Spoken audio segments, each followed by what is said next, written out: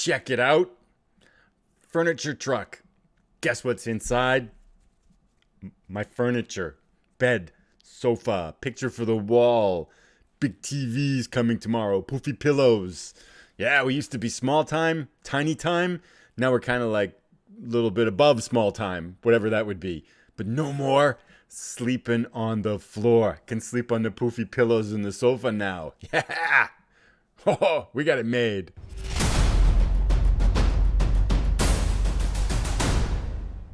So yes, we have a new contract, and yes, the leverage we got with like the Cardiff interviews and a couple of other interviews, I think would finally kick Chairman Jimmy's to open up his purse a little bit and give us some cash.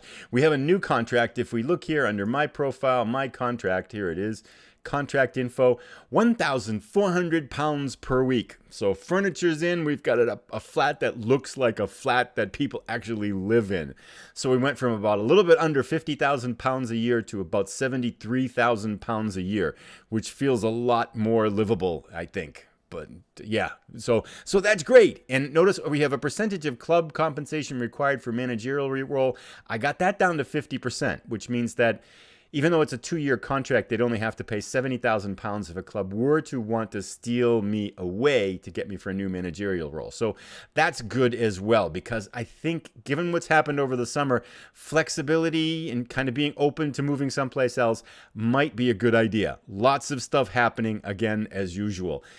It's now, by the way, to kind of put the frame on this, it's July 1st. We've rolled over into the new season, season 4. So we have officially started season 4 here. If we look at the league table, it shows us in League 2 as a professional club, currently slotted in alphabetical order in 15th place. No games played. Our games start a month from now, just in the beginning of August. So we are officially in season 4. And our goals really were to see how many of our better players we could re-sign for this year, and then see how many new players we could bring in that could help bolster our team. There's good news and bad news. The good news is we were able to accomplish one of those goals. The bad news is we were completely unable to accomplish the other goal. Basically, if I were to sum up what happened over the last 6 weeks from the middle of May till now when we were last together, I would say we got all our players back. And we completely failed to sign anybody new. I'm starting more and more to realize, let me explain in detail. But first, if we take a look, for example, at our goalkeepers, this is what we've got. These guys in green are kind of on here on trial, they can ignore. But O'Brien, Ginadu, Hilton, and Hutchinson, those were the 4 goalkeepers we had last year. If I showed you defenders, Clark, Brown, Lindley, Stolikovich, Kisei, Thompson, Ogumbo, Rogers. Those are the defenders we had last year, minus Cameron John, the man with 2 first names, the inverted first name and last name, who we could sign, but he wants too much money. And so I'm not doing it because it doesn't make sense to spend a ton of money on a guy with a termination of 3. That would be really bad.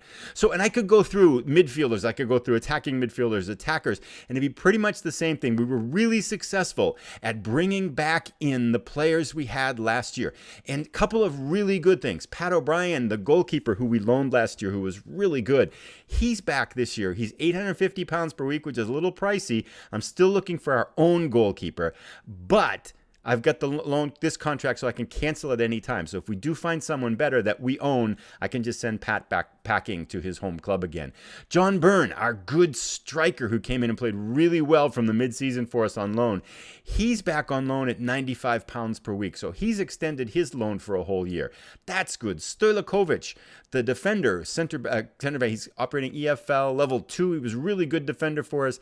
He's back as well for a mere 120 pounds per month on loan. So we have 3 good loans in. Most of the players back. If you looked at this, there's probably maybe a half dozen, maybe 10 players that we're letting go, have let go, and things like that, that really were kind of on the periphery of the squad and don't really matter. So we've got our team back from last year. With a couple of exceptions, we've got our team back from last year. That's a really good thing. However, if we look at the transfers now, with only a month left to go in the season, transfer history, O'Brien's the loan. We did sign Eddie Clark, who was on a loan last year. We did get him signed. His contract ran out, and we signed him. The only player we've signed is this guy, Andrew Robinson, a very promising 19-year-old striker who looks like he is ready for EFL League 2. Not the greatest finishing and composure and technique for this level, but acceleration of 15, pace of 13, physicals are really good. He's a pretty aggressive one here, too.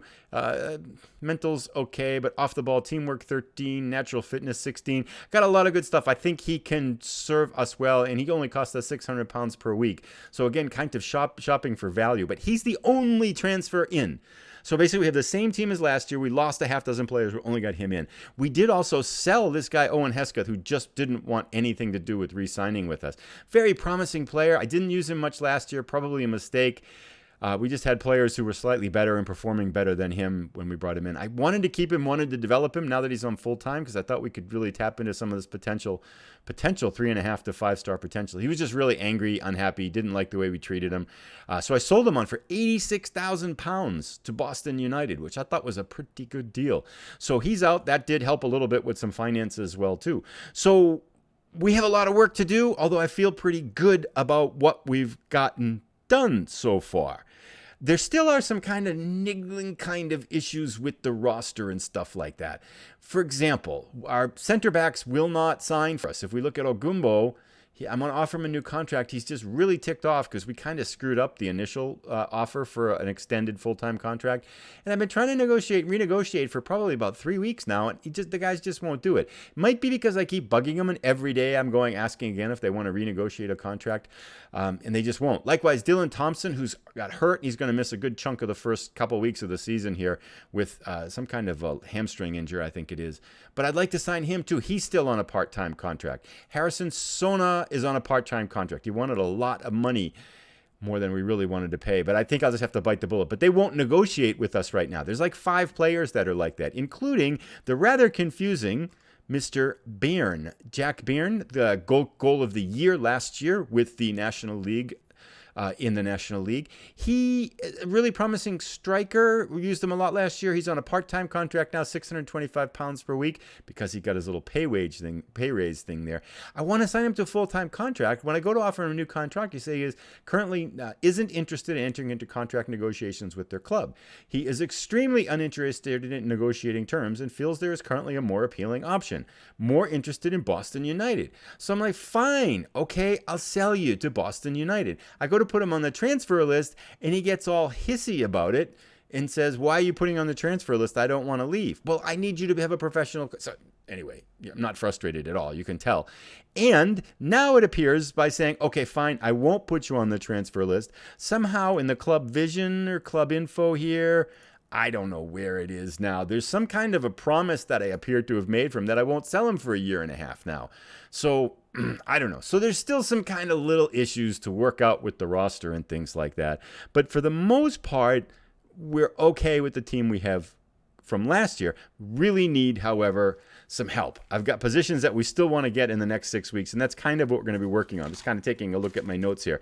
We need a left back. We need another center back. We need 2-3 midfielders, a right back, a striker, and an attacking midfielder on the left. So I'm still looking to pick up about 8 or 9 players. I don't have a lot of good options out there, which brings me to the next thing, our finances.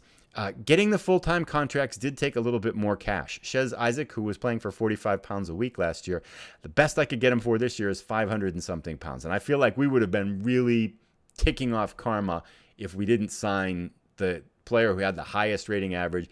He's going to be our captain again there, so I had to bite the bullet. So a number of players cost more. We're currently up to £15,000 per week. I moved some of the transfer budget in here to the wage budget, so I got about $8,000 left. But a lot of these players that want to sign now are super expensive. We do have a couple of offers out. This guy, Liam Cole, who's got offers from a couple of other places. I think we've got an offer in him almost £1,000 per week. Life just gets expensive up here and makes me think that, again, we're kind of very quickly bumping into the limit of a wage budget that really isn't adequate for this level. I mean, almost every other team, I think, is over £30,000 per week, and we're trying to play at this level at £23,000 per week. It's just not cutting it. So we got to get this number up if we're going to really challenge for the league lead. But I'm hopeful. I'm still looking for bargains, still looking for cheaper, and I'm going to spend the next 5 or 6 weeks looking for good loans. We still have 3 loans we can bring in, so that still provides some potential here as well. So a lot of things to do. That's kind of the season kind of overview. There's still a couple things I did want to mention. Expectations As usual, Chairman Jimmy switches out bait and switch. He was so happy about saying avoiding relegation, and now he wants to be mid-table. So just ratcheting up the pressure on us a little bit here. Stadium expansion continues to go well. Professional status is done now, so we're kind of fully professional now. So, lots of things going on. That's right. I did want to mention this. So one of the reasons I wanted to put that kind of lower buyout clause into my contract is we are getting the takeover emails again. They kind of were back a little while ago, but Matilda Bates here, the press officer, this isn't the email, but Matilda Bates has forwarded me 2 emails that there were takeover rumors.